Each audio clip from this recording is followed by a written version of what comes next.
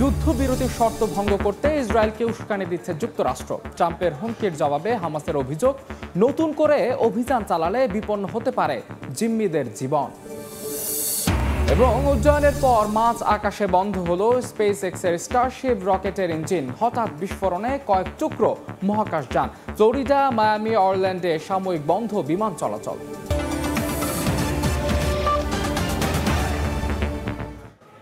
আন্তর্জাতিক সময় সঙ্গে আছে আমি মাহাদ ইসলাম ধ্রুব। 1997 সালের পর প্রথমবারের মতো যুক্তরাষ্ট্রের সঙ্গে সরাসরি আলোচনা করছে হামাস। এই খবর নিশ্চিত করেছেন মার্কিন প্রেসিডেন্টের বিশেষ দূত স্টিভ উইটকফ। মার্কিন ইসরায়েলি জিম্মিদের মুক্তি ও গাজা যুদ্ধের অবসান নিয়ে আলোচনা হয়েছে দুপক্ষের। এদিকে ট্রাম্পের চূড়ান্ত হুঁশিয়ারির প্রতিক্রিয়ায় হামাস বলছে, যুদ্ধবিরতির শর্ত ভঙ্গ করতে ইসরায়েলকে উস্কানি দিচ্ছে যুক্তরাষ্ট্র। মার্কিন প্রেসিডেন্ট ডোনাল্ড ট্রাম্পের বিশেষ দূত স্টিভ উইটকফ জানিয়েছেন, যুক্তরাষ্ট্র সম্প্রতি হামাসের সঙ্গে সরাসরি আলোচনা করেছে। মূলত যুদ্ধের অবসান ও বন্দীদের মুক্তির লক্ষ্যে এই আলোচনা হয়েছে। তবে তিনি দাবি করেন, হামাস এখনও স্বচ্ছতা দেখাচ্ছে না। এই বিষয়ে আলোচনার জন্য উইটকফ শিগগিরই মধ্যপ্রাচ্য সফর করবেন বলে জানান। এরই মধ্যে হামাসকে চূড়ান্ত হুঁশিয়ারি দিয়েছে ট্রাম্প। হোয়াইট হাউস থেকে হামাসের সঙ্গে আলোচনার খবর নিশ্চিত করার পর তিনি তার সামাজিক মাধ্যম ট্রুথ সোশ্যালে হামাসের বিরুদ্ধে কঠোর বক্তব্য দেন। তিনি জানান, বন্দীদের মুক্তি না দিলে হামাস সদস্যরা নিরাপদ থাকবে না। এছাড়া ইসরায়েলকে সর্বোচ্চ সহায়তা দেওয়ার কথাও বলেন তিনি। ট্রাম্পের এই বক্তব্যের পর হামাস অভিযোগ করেছে, যুদ্ধবিরতির শর্ত ভঙ্গ করতে ইসরায়েলকে উস্কানি দিচ্ছে যুক্তরাষ্ট্র। হামাসের সামরিক শাখার মুখপাত্র একটি ভিডিও বার্তায় জানান, তেল আবিব নতুন করে কোনো সামরিক অভিযান চালালে আটক বন্দীদের জীবন ঝুঁকির মুখে পড়তে পারে। একই সঙ্গে যুদ্ধবিরতির চুক্তি পুনর্বহাল না হলে হামাস যে কোনো পরিস্থিতির জন্য প্রস্তুত রয়েছে বলেও উল্লেখ করেন তিনি। এদিকে ইসরায়েলি সরকারের মুখপাত্র জানিয়েছেন, হামাসকে বিনামূল্যে কিছু দেওয়া হবে না। ইসরায়েল বারবার মানবিক সহায়তা দেওয়ার পরও প্রতারণার শিকার হয়েছে বলে উল্লেখ করেন তিনি। যদিও হামাস জানায়, কেবল স্থায়ী যুদ্ধবিরতি, বন্দী বিনিময় এবং ইসরায়েলি সেনা প্রত্যাহারের শর্তেই বাকি বন্দীদের মুক্তি দেওয়া সম্ভব। ইয়াসিন মোহাম্মদ জিসান, সময় সংবাদ। ইউক্রেনের ক্রিভিরি শহরে রাশিয়ার ছোড়া ব্যালিস্টিক মিসাইলের আঘাতে প্রাণ হারিয়েছেন অন্তত 6 জন, আহত 30 জনেরও বেশি। এছাড়া বৃহস্পতিবার ইউক্রেনের অন্যান্য অঞ্চলে রুশ সেনাদের হামলায় প্রাণ হারিয়েছেন আরও 2 জন। ইউক্রেনকে সমর্থন ও প্রতিরক্ষা ব্যয় বাড়ানোর সিদ্ধান্ত নিয়েছে ইউরোপীয় ইউনিয়নের নেতারা। ইউক্রেন রাশিয়া বিষয়ক দূত কিথ কেলক জানান, ইউক্রেনের সঙ্গে যুক্তরাষ্ট্রের গোয়েন্দা তথ্য বিনিময় বন্ধের জন্য দায়ী ইউক্রেনের প্রেসিডেন্ট ভলোদিমির জেলেনস্কি। এদিকে রাশিয়ার হামলা রুখতে প্রতিরক্ষা সক্ষমতা বাড়ানোর বিষয়ে বেলজিয়ামের রাজধানী ব্রাসেলসে বৈঠক করেছেন ইউরোপীয় ইউনিয়নের নেতারা। আলোচনা করেন প্রতিরক্ষা ব্যবস্থার বিষয়ে যুক্তরাষ্ট্রের ওপর নির্ভরতা কমানোর ব্যাপারেও। অন্যদিকে যুদ্ধ বন্ধে আসছে সোমবার সৌদি আরবে ওয়াশিংটন কিয়েভ আলোচনায় বসতে যাচ্ছে বলে জানান ইউক্রেনের president Volodymyr Zelensky. Kakuli Akhtar, Somoy Sangbad. Trump প্রশাসনের শিক্ষা অনুদান বাতিলের বিরুদ্ধে ক্যালিফোর্নিয়া সহ যুক্তরাষ্ট্রের 8টি অঙ্গরাজ্যে মামলা হয়েছে। এই অনুদান বাতিলের কারণে শিক্ষক প্রশিক্ষণ কর্মসূচি ও সংকটপূর্ণ বিদ্যালয়গুলোতে শিক্ষকদের সরবরাহ ব্যবস্থা বাধাগ্রস্ত হবে বলে অভিযোগ উঠেছে। ক্ষমতা গ্রহণের পর যুক্তরাষ্ট্রের শিক্ষা বিভাগে প্রচুর পরিমাণে অনুদান বাতিল করেছেন মার্কিন প্রেসিডেন্ট ডোনাল্ড ট্রাম্প। সম্প্রতি এ নিয়ে ডেমোক্র্যাট নিয়ন্ত্রিত 8টি অঙ্গরাজ্য ট্রাম্পের বিরুদ্ধে মামলা করেছে। এতে বলা হয়েছে, 2টি প্রধান শিক্ষা অনুদান কর্মসূচি বন্ধ করে দেওয়া হয়েছে, যা শিক্ষক প্রস্তুতি ও উন্নয়নমূলক প্রশিক্ষণের জন্য পরিচালিত হতো। ট্রাম্প প্রশাসনের সিদ্ধান্তের কারণে কেবল ফেব্রুয়ারি মাসেই $60 কোটি বেশি অনুদান বাতিল করা হয়েছে। শিক্ষা বিভাগ জানিয়েছে, এই অনুদানগুলো এমন প্রতিষ্ঠান ও সংস্থাগুলোর জন্য বরাদ্দ ছিল যারা বিতর্কিত মতাদর্শ প্রচার করছিল বলে মনে করা হয়। এতে অনেক সরকারি বিশ্ববিদ্যালয় ও অলাভজনক সংস্থার কর্মীদের ছাঁটাই বা কর্মঘণ্টা কমানোর ঝুঁকি তৈরি হয়েছে। আইনজীবীরা বলছেন, শিক্ষক সংকট বাড়ানোর পাশাপাশি স্থানীয় বিশ্ববিদ্যালয়গুলোর স্থিতিশীলতা নষ্ট করবে এই সিদ্ধান্ত। মামলায় অভিযোগ করা হয়েছে, কংগ্রেসের অনুমোদিত অনুদান বাতিল করে শিক্ষা বিভাগ প্রশাসনিক নীতিমালা লঙ্ঘন করেছে। এদিকে ট্রাম্প জানিয়েছেন, শিক্ষা মন্ত্রণালয় বিলুপ্ত হলে রাজ্য সরকারগুলোর হাতে শিক্ষা প্রতিষ্ঠান পরিচালনার দায়িত্ব তুলে দেওয়া হবে। তিনি বলেছেন, শিক্ষার্থী ঋণ ব্যবস্থাপনার দায়িত্ব যুক্তরাষ্ট্রের ট্রেজারি বিভাগ, ক্ষুদ্র ব্যবসা প্রশাসন বা বাণিজ্য বিভাগের মাধ্যমে পরিচালিত হতে পারে। ইয়াসিন মোহাম্মদ জিসান, সময় সংবাদ। আন্তর্জাতিক সময় আরো থাকছে। মেক্সিকো ও কানাডার পণ্যে 1 মাসের শুল্ক ব্যাহতি ট্রাম্পের স্বাগত জানালেন মেক্সিকান প্রেসিডেন্ট। ওয়াশিংটনের উপর দ্বিতীয় দফা শুল্ক আরোপের হুমকি অটোয়ার। উজ্জয়নের পরপরই বিস্ফোরিত হয়েছে ইলন মাস্কের প্রতিষ্ঠান স্পেস এক্সের স্টারশিপ রকেট। ইঞ্জিন বন্ধ হওয়ার পর বিধ্বস্ত হয়ে কয়েক টুকরো হয় মহাকাশযানটি। এই নিয়ে 2 মাসে দ্বিতীয় দফায় ব্যর্থ হল স্পেস এক্সের মিশন। প্রথম দেখায় মনে হতে পারে আতশবাজি, অনেকে ভাবতে পারে ক্ষেপণাস্ত্র, যদিও এগুলো স্টারশিপ রকেটের ধ্বংসাবশেষ, যা বিস্ফোরণের পর মহাকাশ থেকে ধেয়ে আসে ভূপৃষ্ঠের দিকে। বৃহস্পতিবার স্থানীয় সময় সন্ধ্যায় যুক্তরাষ্ট্রের টেক্সাসের বোকাচিকা থেকে উৎক্ষেপণ করা হয় ইলন মাস্কের মহাকাশ গবেষণা সংস্থা স্পেস এক্সের স্টারশিপ রকেট। কিন্তু উড্ডয়নের পরপর নিয়ন্ত্রণ হারিয়ে ধ্বংস হয়ে যায় এটি। লাইভ স্ট্রিমিংয়ে দেখা যায় ইঞ্জিন বন্ধ হয়ে হঠাৎ বাহামাসের উপর বিস্ফোরিত হয় মহাকাশযানটি।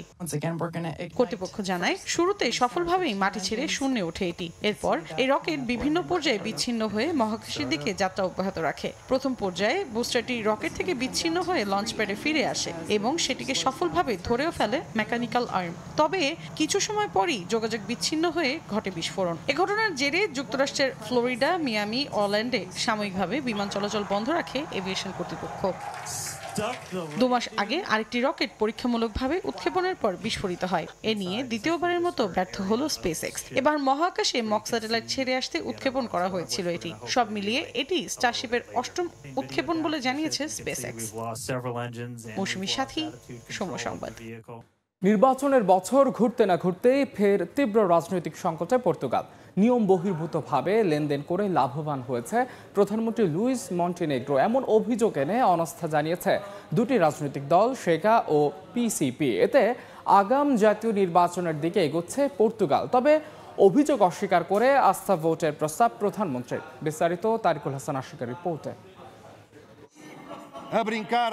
আস্থা অনাস্থার দোলাচালে নির্বাচনের বছর ঘুরতে না ঘুরতেই উত্তপ্ত পর্তুগালের রাজনীতি। বিভিন্ন বেসরকারি প্রতিষ্ঠানের সঙ্গে নিয়ম বহির্ভূত লেনদেনে লাভবান হয়েছেন প্রধানমন্ত্রী লুইস মন্টিনেগ্রো পরিবারের মালিকানাধীন একটি কনসালটেন্সি ফার্ম। এমন অভিযোগে প্রথম অনাস্থা প্রস্তাব আনে রাজনৈতিক দল সেগা। সেটি বাতিল হবার 15 দিনের মধ্যে আবারও অনাস্থা জানায় আরেকটি দল পিসিপি। পার্লামেন্টে সেটিও বাতিল হয়ে যায়। তবে সরকারের ডাকা আস্থা প্রস্তাবে ফের আগাম নির্বাচনের দিকে এগোচ্ছে পর্তুগাল। ব্যাংক হিসাব তুলে ধরে নিজের বিরুদ্ধে ওঠা অভিযোগ অস্বীকার করেন প্রধানমন্ত্রী লুইস মন্টিনেগ্রো। দেশের রাজনৈতিক অস্থিরতার এমন পরিস্থিতিতে বুধবার আস্থা ভোটের প্রস্তাব দিয়েছেন তিনি। তবে মন্ত্রী পরিষদে অনুমোদনের অপেক্ষায় থাকা প্রস্তাবটি আগামী সপ্তাহের মধ্যেই নিষ্পত্তির অপেক্ষায়। আগাম নির্বাচন কোনোভাবেই কাম্য নয় জানিয়ে রাজনৈতিক স্থিতিশীলতা ফেরাতে দলগুলোর প্রতি আহ্বান জানান পর্তুগিজ প্রধানমন্ত্রী।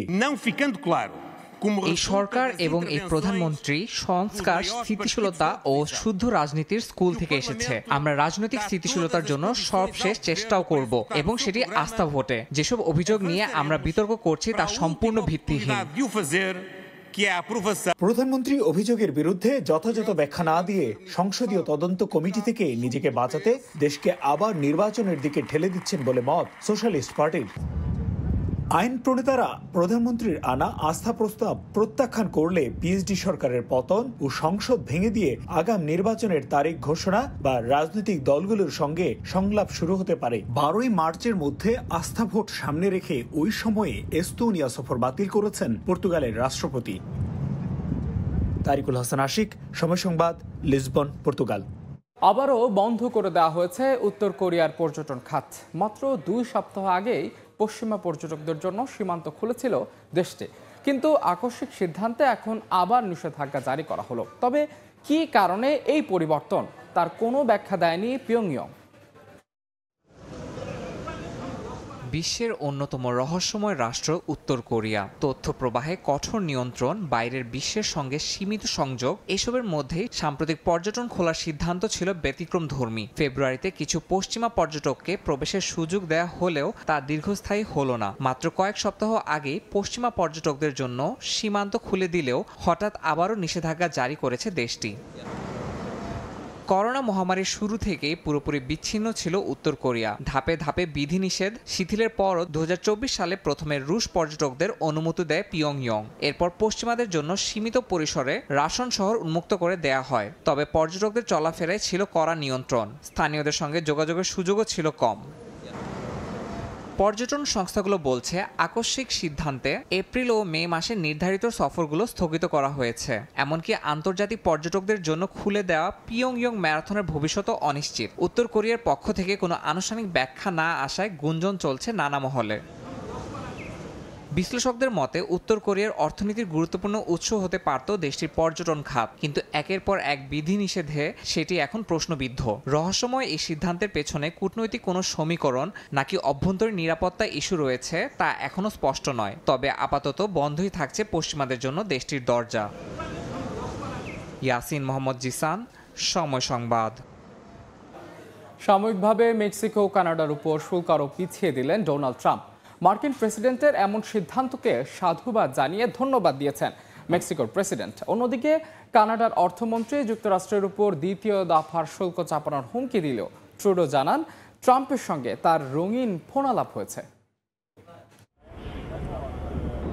মেক্সিকো ও কানাডার ওপর 25% শুল্ক আরোপের 2 দিনের মাথায় নিজের সিদ্ধান্ত সাময়িকভাবে স্থগিত করলেন ডোনাল্ড ট্রাম্প। মার্কিন প্রেসিডেন্টের সিদ্ধান্তে মেক্সিকো ও কানাডার সঙ্গে বাণিজ্য সম্পর্কে কিছুটা স্বস্তি এলেও বাণিজ্য যুদ্ধের সম্ভাবনা এখনও রয়েছে বলে মনে করছেন অনেকে। ট্রাম্পের সিদ্ধান্তকে সাধুবাদ জানিয়ে ধন্যবাদ দিয়েছেন মেক্সিকোর প্রেসিডেন্ট ক্লডিয়া শেনবাম। জানান ট্রাম্পের সঙ্গে চমৎকার ও সম্মানজনক কথোপকথন হয়েছে তার। মেক্সিকো থেকে যুক্তরাষ্ট্রে ফেন্টানিলের প্রবাহ বন্ধ করতে, বিপরীত দিকে অস্ত্রোপচার রোধ করতে দুই দেশ একসঙ্গে কাজ করবে। অন্যদিকে কানাডার প্রধানমন্ত্রী জাস্টিন ট্রুডো বৃহস্পতিবার সকালে বলেছেন ট্রাম্পের সঙ্গে টেলিফোনে শুল্ক নিয়ে একটি রঙিন আলোচনা হয়েছে। মার্কিন ও কানাডীয় গণমাধ্যম বলছে ট্রাম্প এই উত্তপ্ত আলোচনায় একাধিকবার অশ্লীল ভাষা ব্যবহার করেন। এর মধ্যেও কানাডার অর্থমন্ত্রী ডমিনিক লেব্লাঙ্ক যুক্তরাষ্ট্রের ওপর দ্বিতীয় দফায় শুল্ক চাপানোর হুমকি দিয়েছেন। প্রতিদিন বিলিয়ন বিলিয়ন ডলারের পণ্য যুক্তরাষ্ট্র, কানাডা এবং মেক্সিকোর সীমান্ত অতিক্রম করে তিনটি দেশের অর্থনীতি বহু দশক ধরে মুক্ত বাণিজ্যের মাধ্যমে গভীরভাবে সংযুক্ত রেখেছে। সামাজিক মাধ্যম ট্রুথ সোশ্যালে দেয়া পোস্টে ট্রাম্প জানান এই সিদ্ধান্ত 2 এপ্রিল পর্যন্ত কার্যকর থাকবে। তবে নতুন করে শুল্ক আরোপের কারণে অনিশ্চয়তা দেখা দিয়েছে চীনে। বিশ্লেষকরা বলছেন মার্কিন শুল্ক আরোপ কানাডার জাহাজ শিল্পের ওপর বিলম্বিত কিন্তু উল্লেখযোগ্য প্রভাব ফেলবে। তবে এরই মধ্যে ক্ষয়ক্ষতি রুখতে প্রস্তুতি নিতে শুরু করেছেন ব্যবসায়ীরা।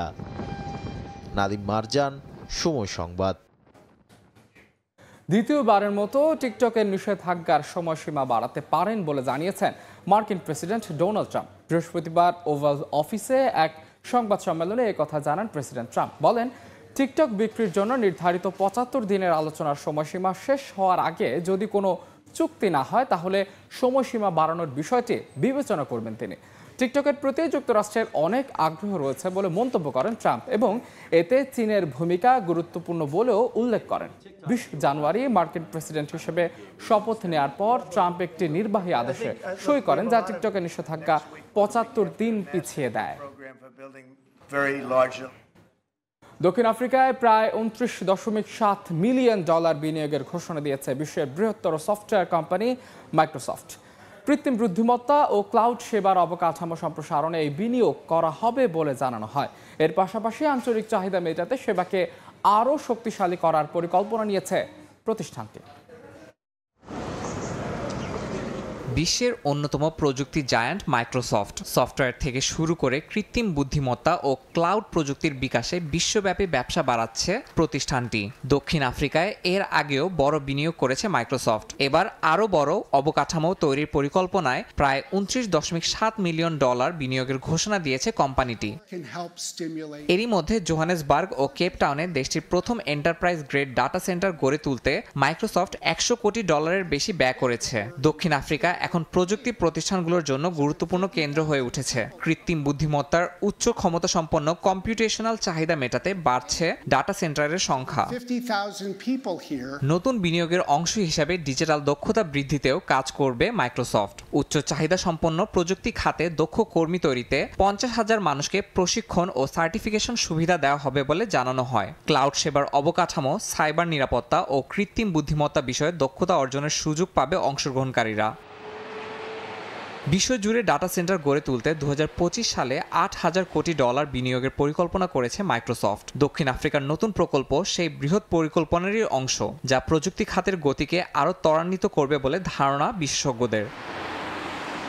ইয়াসিন মোহাম্মদ জিসান, সময় সংবাদ। অস্ট্রেলিয়ার পূর্ব উপকূলে আঘাত হানতে যাচ্ছে সাইক্লোন আলফ্রেড। প্রায় 100 কিলোমিটার বেগে ঝড়ো হাওয়া বইছে উপকূলীয় অঞ্চলে। হাজার হাজার বাসিন্দাকে নিরাপদ স্থানে সরে যাওয়ার নির্দেশ দিয়েছে স্থানীয় কর্তৃপক্ষ। বন্ধ ঘোষণা করা হয়েছে বিমানবন্দর।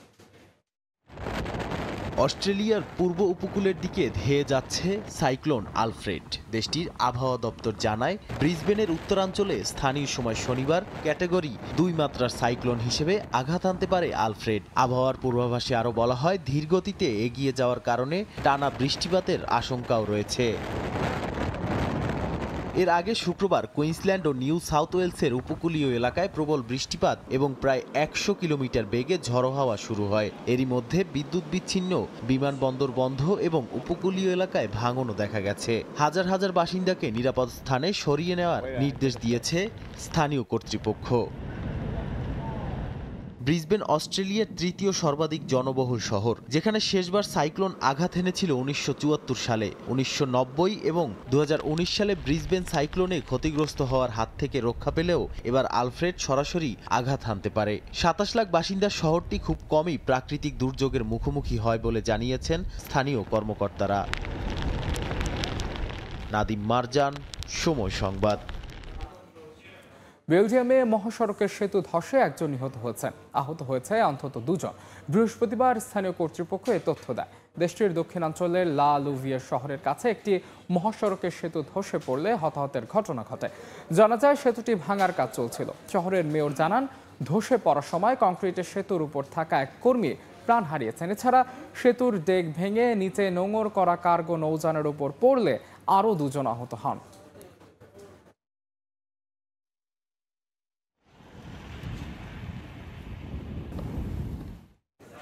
পবিত্র রমজানের গুরুত্ব তুলে ধরার পাশাপাশি নানা ধর্ম বর্ণের মানুষের মধ্যে ভ্রাতৃত্ববোধ বাড়াতে প্রথমবারের মতো জার্মানির বার্লিনে সিটি কর্পোরেশন ভবনে শোভা পাচ্ছে রমাদান করিম শিরোনামের শুভেচ্ছা বার্তা। এই উপলক্ষে আয়োজন করা হয় সম্প্রীতির ইফতার মাহফিলও। বার্লিন থেকে আরও জানাচ্ছেন বিচু বড়ুয়া। জার্মানিতে বসবাসরত অভিবাসী মুসলমানদের প্রতি সম্মান জানিয়ে এবং পবিত্র রমজানের গুরুত্ব তুলে ধরতে প্রথমবারের মতো রামাদান করিম লেখা নিয়ন সাইন শোভা পাচ্ছে রাজধানী বার্লিনের সিটি কর্পোরেশন ভবনে। বৃহস্পতিবার সন্ধ্যায় নগরের সরকারি ভবন রাথহাউস টিয়ারগার্টেনে এই লেখার গুরুত্ব তুলে ধরার পাশাপাশি মুসলমান সহ মধ্য বার্লিনে বসবাসরত সকল ধর্মের মানুষের সম্মানে আয়োজন করা হয় ইফতার মাহফিলেরও। সংযমের মাসে সম্প্রীতির এমন আয়োজনে সবাইকে পেয়ে খুশি রাথহাউস টিয়ারগার্টেনের মেয়র স্টেফানি রেমলিঙ্গার। দেখুন, টিয়ার গার্ডেনের মেয়র হিসেবে আমি আজ দারুণ খুশি যে আমার অফিসে নিয়ন সাইনে সবাইকে মাহে রমজানের শুভেচ্ছা জানানোর পাশাপাশি ধর্মপ্রাণ মুসলমানদের জন্য ইফতারের ব্যবস্থা করতে পেরেছি। আজকের দিনে শুধু মুসলমানরাই নন, এখানে খ্রিস্টান ও ইহুদি সহ অন্যান্য ধর্মের সবাইকে আমন্ত্রণ জানিয়েছি। সম্প্রীতির পৃথিবী গড়াই আমাদের মূল উদ্দেশ্য। এই আয়োজন নিয়ে খুশি প্রবাসী বাংলাদেশিরাও। আমরা চাই ভবিষ্যতে প্রশাসন মুসলমানদের সম্মানার্থে এই ধারাবাহিকতা চলতে থাকবে। আমরা খুবই আনন্দিত এবং গর্বিত। অনুষ্ঠানে বিশ্ব শান্তি ও মানব কল্যাণ কামনা করে বক্তব্য দেন বিভিন্ন রাজনৈতিক দলের নেতারা সহ ধর্মীয় ও প্রশাসনিক কর্মকর্তারা। ছিলেন স্থানীয় জার্মান সহ প্রবাসী বাংলাদেশিরাও। মানুষের জীবনে সংঘাত, দুর্যোগ, দুর্বিপাক কিংবা যতই সমস্যা থাকুক না কেন, পারস্পরিক শ্রদ্ধাবোধ, সম্প্রীতি এবং মূল্যবোধ যেন কোনোভাবেই হারিয়ে না যায়, এমন প্রত্যাশা সাধারণ মানুষের। জার্মানি থেকে বিটু বড়ুয়া, সময় সংবাদ। এই ছিল আন্তর্জাতিক সময়।